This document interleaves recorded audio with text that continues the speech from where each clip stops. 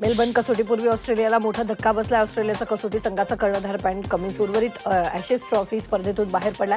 पाठीच्या दुखापतीमुळे कमिन्स उर्वरित स्पर्धेला मुकणार आहे. कमिन्सच्या अनुपस्थितीत स्टीव्हन स्मिथकडे संघाचं नेतृत्वपद सोपवण्यात आलं. भारतीय महिला संघानं दुसऱ्या T20 सामना श्रीलंकेवर सहज विजय मिळवला. भारतानं श्रीलंकेचा 7 गडी राखून पराभव करत मालिकेत 2-0 अशी आघाडी घेतली. श्रीलंकेनं विजयासाठी 129 धावांचं माफक आव्हान ठेवलं होतं. मात्र भारताकडून शफाली वर्मानं अर्धशतकी खेळत भारताच्या विजयात मोलाचा वाटा उचलला. आयसीसीनं महिला विभागातील T20 गोलंदाजाची रँकिंग जाहीर केलेली आहे. भारताची अष्टपैलू खेळाडू दीप्ती शर्मानं या क्रमवारीत अव्वल स्थान गाठलंय. दीप्तीनं क्रिकेट कारकिर्दीतच प्रथमच अव्वल स्थान पटकावलंय.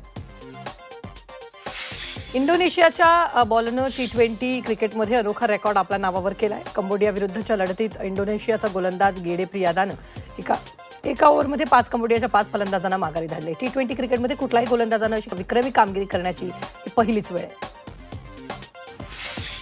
भिवंडी निजामपूर महानगरपालिका निवडणुकीसाठी पहिल्याच दिवशी 456 नामांकन अर्ज विक्री झालेत. मात्र पहिल्या दिवशी एकही अर्ज दाखल झाला नाही. येत्या काही दिवसात उमेदवारी अर्ज दाखल करण्याची प्रक्रिया वेगवान होणार अशी अपेक्षा आहे. जालना महानगरपालिका निवडणुकीसाठी अर्ज भरण्यासाठी केवळ 5 दिवस बाकी आहेत. मात्र तरीही महायुती आणि महाविकास आघाडीमध्ये खल सुरूच आहे. उमेदवारी घोषित न केल्यानं अजूनही मुलाखती दिलेल्या इच्छुकांचे देव पाण्यात आहे. जालना शहर महानगरपालिकेसाठी पहिल्या दिवशी 804 नामनिर्देशन पत्रांची विक्री झाली. यावेळी नामनिर्देशन पत्र खरेदी करण्यासाठी गर्दी दिसून आली. पक्षाकडून उमेदवारी मिळाली नाही तर अपक्ष उमेदवारी अर्ज भरण्याची तयारी अनेकांनी सुरू केली. संभाजीनगर महापालिका निवडणुकीसाठी पहिल्याच दिवशी इच्छुकांनी 1816 अर्ज खरेदी केले. यावेळी सर्वच निवडणूक कार्यालयांबाहेर अर्ज घेण्यासाठी मोठी गर्दी झाली होती. मात्र अद्याप महायुती आणि महाआघाडी चर्चेचे गुऱ्हाळ कायम असल्यानं पहिल्या दिवशी एकही अर्ज सादर झाला नाही.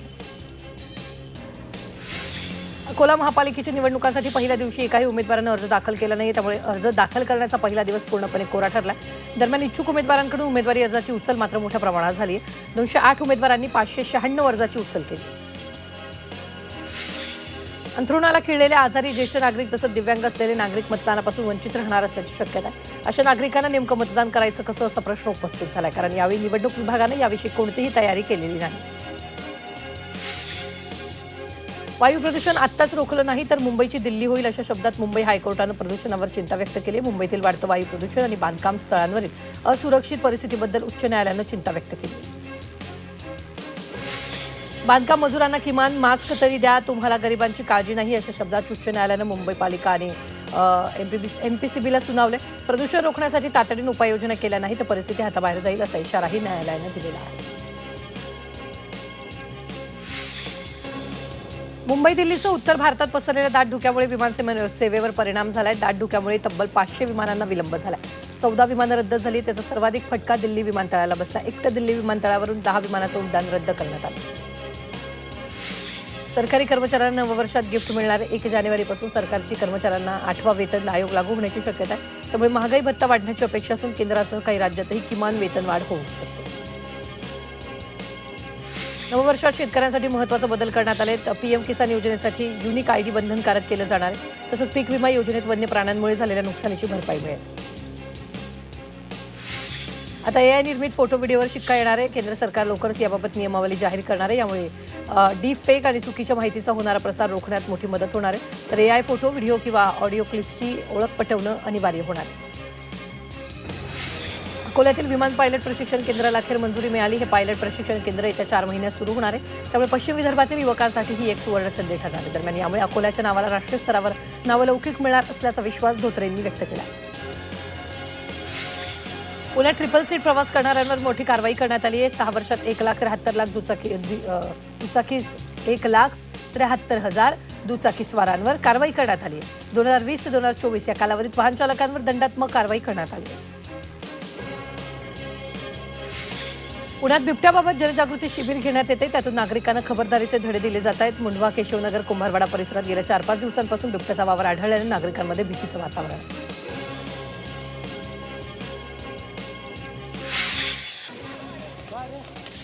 संभाजीनगरच्या पहाडसिंगपुरा भागात माथेफिरूंना धुमाकूळ घातलाय. घरासमोर उभ्या 4चाकी वाहनांना लक्ष करत त्यानं दगडानं वाहनांच्या काचा फोडल्यात. या संपूर्ण प्रकार CCTV चित्रित झाला. त्यामुळे रहिवाशांमध्ये भीती आहे. पोलिसांनी कारवाई करण्याची नागरिकांनी मागणी केली आहे.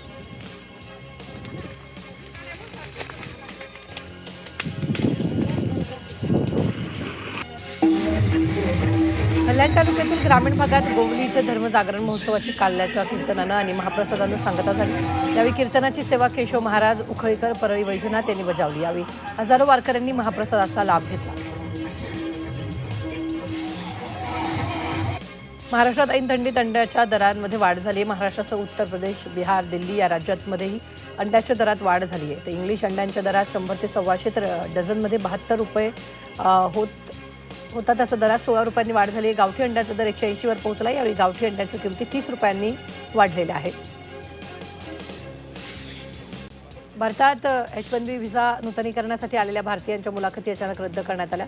15 डिसेंबर ते 26 डिसेंबर या काळात मुलाखतीसाठीच्या तारखा अमेरिका प्रशासनाने रद्द केल्या। हा सुट्टीचा काळ अमेरिकेतील मोठ्या सुट्टीचा काळ आहे। आता या मुलाखती थेट मार्चमध्ये होतील असं सांगण्यात येतं। नालासोपारा इथं तिसरी राष्ट्रीय कराटे स्पर्धा पार पडली। कला रंगमंच छेडानगर इथं कराटे स्पर्धा आयोजित करण्यात आली होती।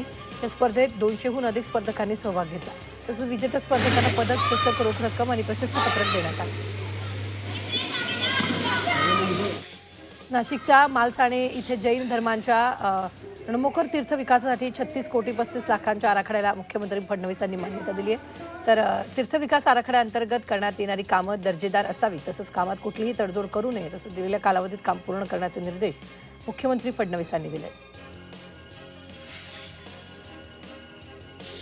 पश्चिम रेल्वेवर काही दिवसांपूर्वी मोठा ब्लॉक जाहीर करण्यात आला असून 21 डिसेंबरपासून तो सुरू झाला।